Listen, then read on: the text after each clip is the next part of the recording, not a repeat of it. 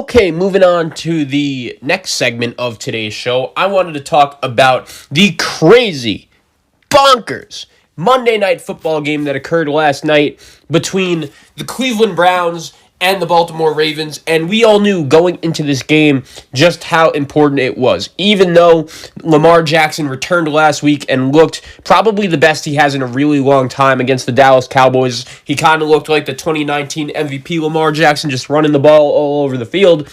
But I think we could all agree that the Dallas Cowboys are just straight up not a very good football team, and even though Lamar played great, there were a lot of people that still wanted to see what exactly he would do going into this Monday night game against the Cleveland Browns in a big-time, big atmosphere kind of game. And ultimately, I do think both quarterbacks were able to deliver. Now, in terms of Lamar Jackson, I think the narrative could still be true that going into this Monday Night Football game, if you were at all concerned about Lamar Jackson as a passer, and even though he looked very good against the Dallas Cowboys, you still had the belief going into this game that unless he really learns how to throw the ball and make those pinpoint throws, I'm not necessarily sure just how far the Baltimore Ravens could go. And for the record, I still agree with that because last night, even though Lamar Jackson came rushing out of the locker room and saved the Baltimore Ravens bacon, that 4th and 2 throw to Hollywood Brown was phenomenal. And odds are, with Trace McSorley, I think we can all agree the Ravens are not winning that game. But at the same time, I wanted to talk about, during this segment, how impressed I was with the other quarterback in this game. And that is Baker Mayfield of the Cleveland Browns. We all know what Baker Mayfield has been through over the last couple of years. He's been through a lot of highs and a lot of lows. He won the Heisman Trophy during his final season at Oklahoma, even though he's a guy that sometimes, especially during the beginning stages of his career, that had a little bit of trouble keeping his mouth shut. But I do think that's one thing that since Kevin Stefanski has gotten to Cleveland that has really helped Baker out. Kevin Stefanski has just made the game much more simpler for Baker, and it's interesting because the Cleveland Browns, right? They started their season 8-3. And even though they started 8-3, we all looked at the schedule, and even I did this, I'll admit it. We all looked at the schedule and said, okay, you got to give the Cleveland Browns credit for being 8-3. They're beating all of the teams that they're supposed to be beating. And if you guys have watched football over the last couple of years, that does not happen too often with the Cleveland Browns. Before this season, every time the Cleveland Browns played, I don't know about you guys, but I feel like at least a majority of fans just expected something to go wrong, and ultimately they would lose just because they're the Cleveland Browns, and they really have not had that much success over the last couple of years. But at the same time, they start off 8-3. And even though they did it against a really easy schedule, and it's not like Baker Mayfield was all of a sudden setting the world on fire in terms of his ability to pass the ball, well, Cleveland went into Tennessee 2 weeks ago and won. And in the first half, I'm not exaggerating when I say this, that could have been the best first half any quarterback has played this season. It probably is, to be honest with you. Baker Mayfield, 4 touchdowns in that first half. The Cleveland Browns did not play great in the second half, but I give them a pass. It's not like the Cleveland Browns have ever been up like 20 to 23 points before. They're a team that could run the ball effectively. Next time, they'll know what to do. It's all good. But going into this Monday Night Football game against the Baltimore Ravens, I was very curious to see how exactly Baker Mayfield would come out in response to that Tennessee Titan game. Because even though that Titan win was great, I think we all realize just how difficult it is to play in the AFC right now, especially when you're in that wild card picture, because Cleveland, they're a team that with 9 wins, they're 9-4. They still have a lot of work to do going forward if they want to make the playoffs. And with the way the Raiders have been playing recently, I'm not 100% sure if they're going to be in the equation going forward. They have a big Thursday night game against the Los Angeles Chargers. But the bottom line is these games have been so important for both teams. And last night, as crazy as the game was, Lamar Jackson, I'll give him props because I'll admit, when he was in the locker room, the Baltimore Ravens were hopeless. They were lifeless. And even though I've been very critical of Lamar Jackson over the last couple of years, especially his ability as a passer, there is no denying what he did last night really was able to save the Baltimore Ravens. And maybe the Ravens could build off that, because even though, I'll admit, the one weakness of the Cleveland Browns, right, it's their defense. And good for Lamar Jackson for shredding them on the ground. He did a great job. That was, once again, the closest he's looked to MVP Lamar Jackson since I've seen him win the MVP. But at the same time, I think we have to put this all into context. Are the Cleveland Browns a very good football team? Yes. But what is the weakness of the Cleveland Browns right now? I think we all know what it is. It's their defense. Their defense, who was missing Denzel Ward last night. It's not awful. It's not great. It's usually considered to be one of the middle tier units in the league. And ultimately, I do think that was the main reason why the Cleveland Browns lost last night. And it was a shootout kind of game. The fact that Cleveland would never give up is the other thing that really impressed me, right? There were many times throughout this game where I just said to myself, look, Cleveland has played great tonight, but this game's a wrap. Baltimore has it. I understand that there are going to be a lot of people who are going to react not very happily to that Baker Mayfield interception to Titus Bowser, and I totally understand. Was that interception awful? Yes. Did it cost the Browns points? Yes. If that interception doesn't happen, do the Cleveland Browns still have a legitimate chance to win the game? They were down 28-20 at the time. Yes, absolutely. But at the same time, even with all of those factors being said, I was very impressed with the way in the fourth quarter especially, Baker Mayfield was able to come back, and in the fourth quarter, the final 4 drives, 12 of 15, 151 passing yards, 2 touchdowns, 0 picks, a 148 passer rating, and a rushing touchdown. And that is after the Ravens took a 34-20 lead after the interception. And to be honest, if you're a Cleveland Brown fan listening to this show, I know you're going to agree with me.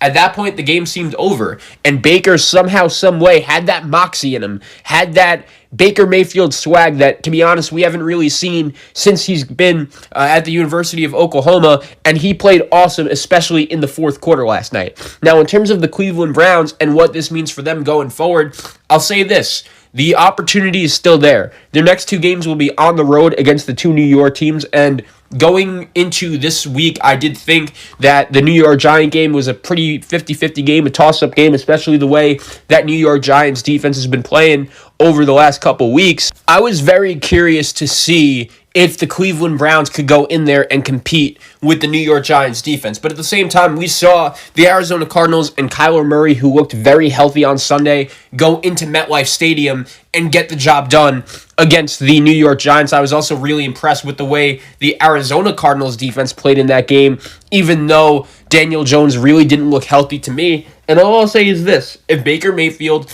and Kevin Stefanski could keep this going, and if they could really keep building on the momentum that they've built from the Cleveland Browns offense this season, I think they're in a good spot going forward. The Cleveland Browns have one of the most dynamic run games in the league. Nick Chubb and Kareem Hunt were both great last night. Kareem Hunt in the passing game, that touchdown in the fourth quarter was phenomenal. And if you're a Cleveland Brown fan, look, was it a tough loss? Yes. Was it heartbreaking? Yes. But we all know Justin Tucker, he's a guy that has ice in his veins. And the only real problem that I had, to be completely honest with you guys, from the Cleveland Browns perspective last night, was towards the back end of the game.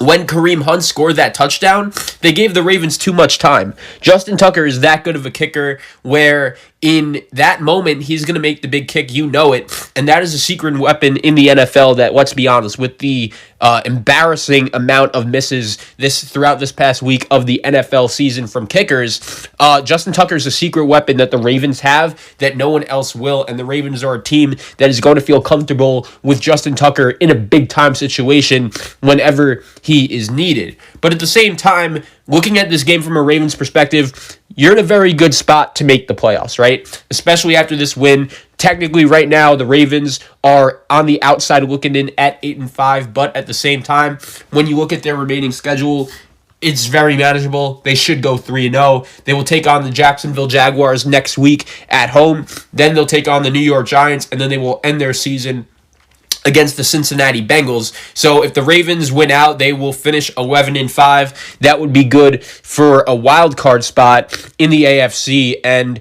look, man, this AFC playoff race is really, really developing now. You have the two AFC South teams right in the mix who both won this past Sunday with Indianapolis and Tennessee. You also have the Cleveland Browns, obviously, who lost last night. It's the second time they've lost to the Ravens, but that's another thing.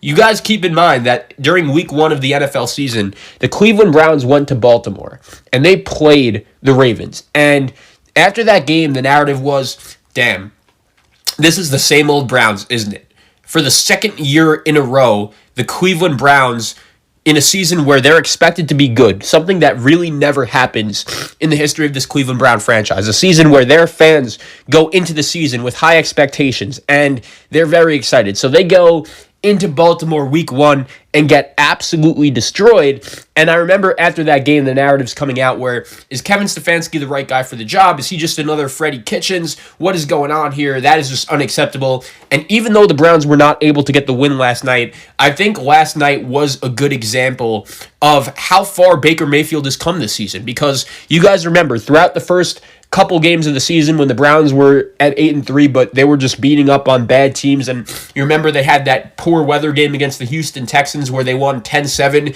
It's not like Baker Mayfield really was able to do anything in that game. They had the win over Jacksonville where Baker missed that easy throw to the open receiver in the end zone that everyone on Twitter was just out here making fun of him about.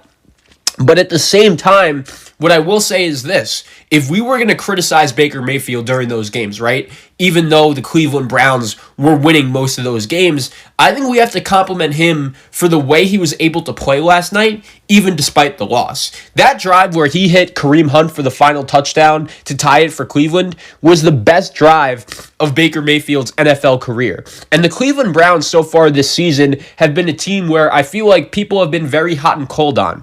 I feel like the common opinion going into the season was the Cleveland Browns at most could be a wild card team, and that's really it. They played well earlier in the season, had that big win against Dallas, but we all know Dallas wasn't really the team we thought it was. And then Odell Beckham gets hurt, and you're curious, how exactly is the rest of this Cleveland Brown team going to react? And they just kept on winning. They had the big road win against Tennessee where in the first half of that game, you knew it was over. And then last night, even in a loss, I was just so impressed with the way the Cleveland Browns fought and battled for their coach. That is something that, if you're a Cleveland Brown fan listening to this show, you haven't seen in a really long time. And even though you got the loss last night, it is unreal how much better Baker Mayfield looks right now with Kevin Stefanski as his head coach, as opposed to Freddie Kitchens last year as his head coach. Coaching makes that much of a difference. And when you're watching this kid play, especially on Monday Night Football against the Ravens,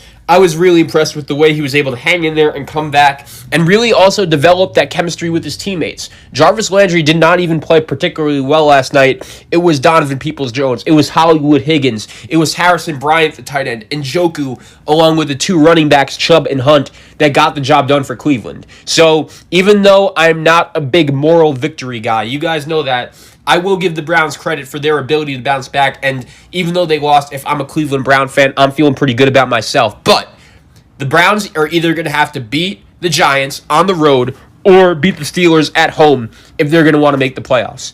And I'm not saying it's impossible. There's a good chance they go 2-0 in those two games, but those are two 50-50 games in my eyes. I understand the Giants looked awful on Sunday against the Arizona Cardinals, but if the Cleveland Browns are that good, if they want to build off their performance last night, I want to see them go out there in prime time on Sunday Night Football against the New York Giants and win, as opposed to just embarrassing themselves like the Raiders have done over the last couple weeks. If I'm Kevin Stefanski, I'm telling the Browns exactly what I'm showing the Browns what exactly the Raiders have done over the last couple weeks. They had that big moral victory against the Kansas City Chiefs. What happened after that? They get blown out by the Falcons, barely beat the Jets, and then lose again to the Indianapolis Colts. So that's what I'm doing if I'm Kevin Stefanski. He knows what he's doing. He deserves a bunch of credit. Cleveland deserves a bunch of credit. Baltimore and Lamar Jackson played very well. I'm still a tad concerned about him going forward as a pure passer in terms of Baltimore's ceiling, but last night was the closest thing he's looked to his MVP self.